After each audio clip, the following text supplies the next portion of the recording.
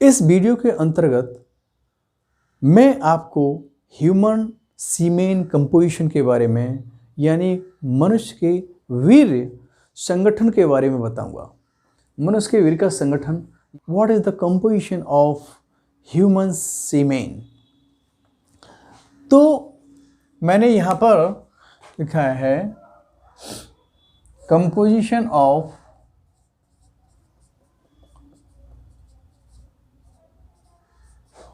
Human सीमेन।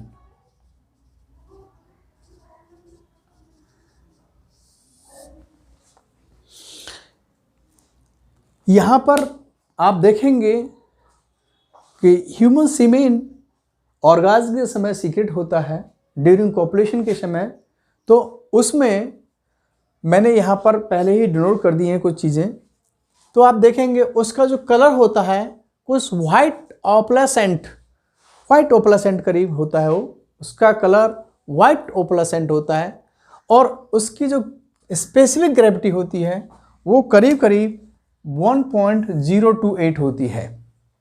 अब आता है बात पीएच की।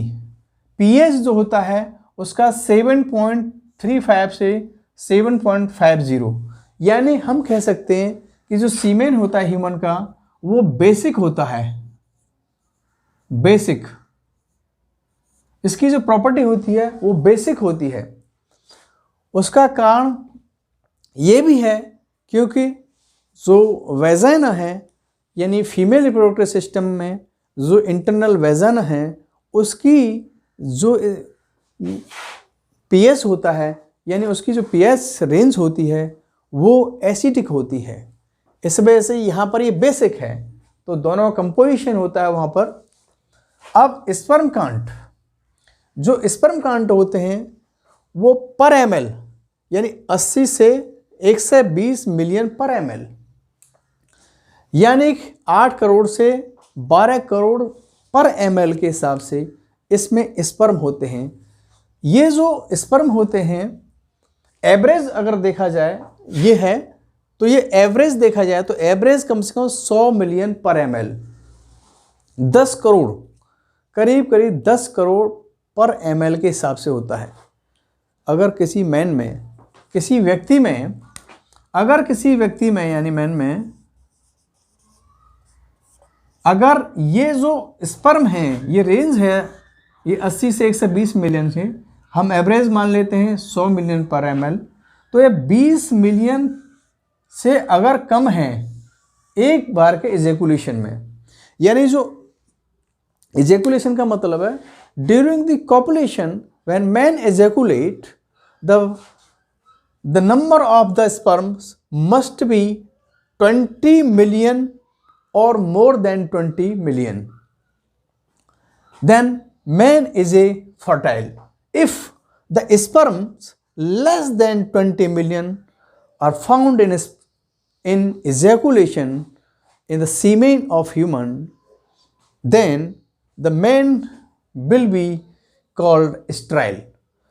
इस मेरा कहने का सेंस है कि अगर किसी व्यक्ति के सीमेन में है 20 मिलियन स्पर्म हैं तो वो स्टेराइल होगा। अगर उससे कम है, अगर किसी व्यक्ति में 20 मिलियन स्पर्म से कम है तो स्टेराइल कहलाता है। स्टेराइल का मतलब वो नपुंसक कहलाएगा। नपुंसक का मतलब ये है कि उसके बच्चे नहीं हो सकते, वो फर्टाइल एग को नहीं कर पाएगा अगर इतने स्पर्म कम होंगे। तो ये आज तक बहरहाल नहीं साइंटिफिक वे में पता पड़ा है कि आखिर इतने स्पर्म की ज़रूरत क्यों है, क्योंकि वहाँ पर केवल फीमेल रिप्रोडक्टिव सिस्टम में एक ही ओवा को फर्टिलाइज किया जाता है, तो इतने स्पर्म की क्या ज़रूरत है। लेकिन कहा जाता है क्योंकि जो ओवा होता है उसके चारों ओर उसमें एक न्यूक्लियस होता है, उसमें एक लेयर होती है जोना रेडिएटा और एक होती है जोना पेलुसिडा। जोना रेडिएटा और जोना पेलुसिडा, जोना रेडिएटा और जोना पेलुसिडा। तो इस लेयर को ब्रेक करने के लिए बहुत सारे करोड़ों स्पर्म बेकार हो जाते हैं। जो एग है यानी ओवा है उसके चारों जो लेयर होती हैं उसको ब्रेक करने के लिए इतने स्पर्म की ज़रूरत पड़ती है, ऐसा माना जाता है। तो इसलिए इसने स्पर्म की, नहीं तो एक ही स्पर्म से काम चल जाएगा, फर्टिलाइजेशन हो जाता है। तो मेरा कहने का सेंस है कि किसी भी व्यक्ति में अगर 20 मिलियन स्पर्म से किसी में कम है तो वो स्टेराइल माना जाता है, वो ओवा को उसके स्पर्म फर्टिलाइज नहीं कर सकते हैं, ऐसा माना जाता है।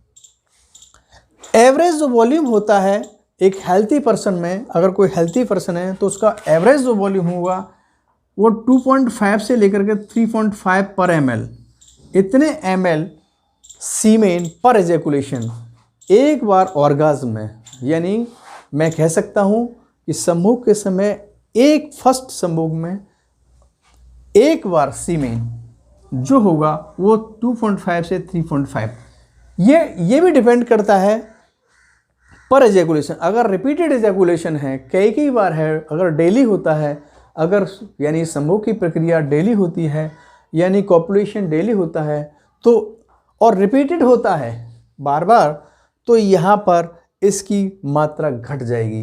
हो सकता है कि 1 ml ही हो, स्पर्म की क्वांटिटी भी घट जाएगी क्योंकि इतना प्रोडक्शन नहीं होता है। स्पर्म की क्वांटिटी भी इसमें कम हो सकती है क्योंकि इतना प्रोडक्शन होगा नहीं।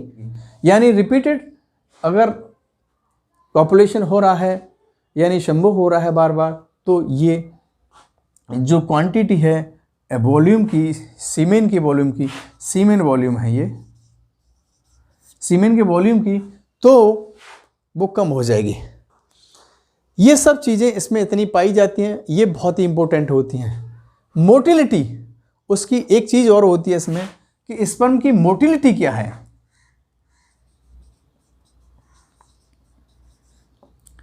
मोटिलिटी बहुत ज़रूरी है। स्पर्म जो है मोटाइल हैं या अनमोटाइल हैं।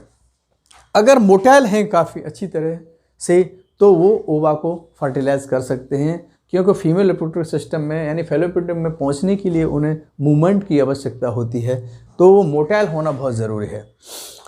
अब सीमेन में और क्या क्या चीज़ें होती हैं, मैं आपको ये बताऊंगा कि ये जो स्पर्म है, स्पर्म जो बनते हैं वो टेस्टिस में बनते हैं। कहाँ पर बनते हैं? टेस्टिस में। स्पर्म्स प्रोडक्शन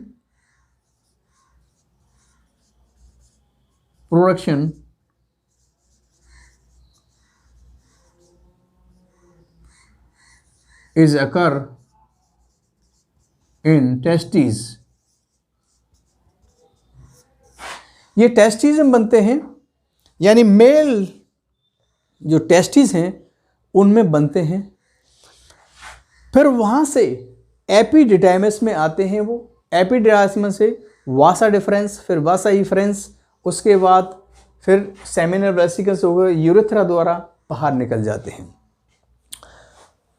ये जो कंपोनेंट होते हैं सीमेन में, अब सीमेन में सारे स्पर्म तो नहीं होते हैं, इतने ml है, यानी 2.5-3 ml है, ये 3, 3.5, 4 ml, ये किसी की बॉडी के अकॉर्डिंग भी है। अगर बहुत ज़्यादा हेल्थी है तो ये 4 से 5 ml भी हो सकता है फर्स्ट एजेकुलेशन में। और टाइमिंग हो गई होती है, हफ्ते हो गए होते हैं, वो मतलब ऑर्गाज्म में नहीं पहुंच पाते हैं, या ये कॉपुलेशन टाइम से नहीं हो पाता है, कॉपुलेशन महीनों होते हैं, तो ये इसकी क्वांटिटी 5 ml तक भी पहुंच सकती है।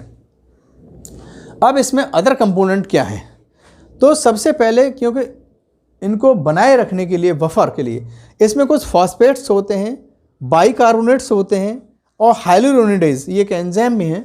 ये फॉस्फेट, बाइकार्बोनेट, फॉस्फेट, ये बफर होते हैं, यानी इसके जो इसकी एसिडिटी है, यानी बेसिसिटी, इसकी बेसिसिटी को बनाए रखता है। न से एसिड होने जाता है, न ज़्यादा बेसिक, इसीलिए ये बफर इसमें पाए जाते हैं सीमेन में।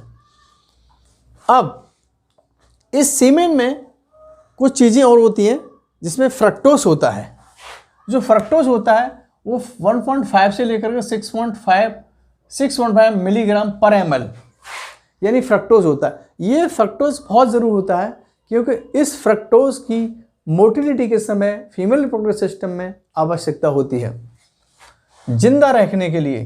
फॉस्फोरिक कोलिन भी होता है, उसमें एस्कॉर्बिक एसिड पाया जाता है, प्रोस्टाग्लैंडिन भी होते हैं, फ्लेविन्स, अर्गोथैयोनिन, इसमें जो 6 कंपोनेंट हैं ये सेमिनल वेसिकल्स, एक मेल में एक थैली के नुमा स्ट्रक्चर होती है, उसे कहते हैं सेमिनल वेसिकल, जहाँ प्रोस्टेट ग्लैंड से ऊपर होती है वो। तो सेमिनल वेसिकल से जो सीमेन का जो वॉल्यूम, यानी जो टोटल वॉल्यूम होता है सीमेन का, उसमें इन सब का जो सेमिनल वेसिकल से निकलते हैं ये, वो 60% या 70% तक टोटल वॉल्यूम का कंट्रीब्यूशन इन्हीं का होता है। सीमेन का 60% जो वॉल्यूम है उसमें सेमिनल वेसिकल से जो निकले होते हैं ये लिक्विड, उसका 60% कंट्रीब्यूशन होता है। उसके बाद 20 से 30% तक जो कंट्रीब्यूशन होता है वो प्रोस्टेट ग्लैंड से होती हैं। तो प्रोस्टेट ग्लैंड से जो लिक्विड निकलता है और उसमें है आपका स्पर्मिन, सिट्रिक एसिड होता है, कोलेस्ट्रॉल होता है, फॉस्फोलिपिड्स होते हैं, फिब्रिनोजीन हो जाए और फिब्रिनोलाइसिन भी होता है, ये एंजाइम भी होते हैं, और जिंक एसिड फॉस्फेट। 7 कंपोनेंट इसमें जो पाए जाते हैं ये प्रोस्टेट ग्लैंड से होते हैं, जिसमें 20 to 30% इनका कंट्रीब्यूशन सीमेन का होता है, और बचा हुआ जो कंट्रीब्यूशन वो होता है वो बाई बफर्स होते हैं। इस तरह से सेमिनल वेसिकल से, प्रोस्टेट ग्लैंड से और बफर और स्पर्म। तो मेन के कंपोजिशन में आपने देखा कि उसमें सेमिनल वेसिकल का, प्रोस्टेट ग्लैंड का और टेस्टिस का जो सारा कंपोजिशन है वो मिलकर बना देते हैं ह्यूमन सीमेन।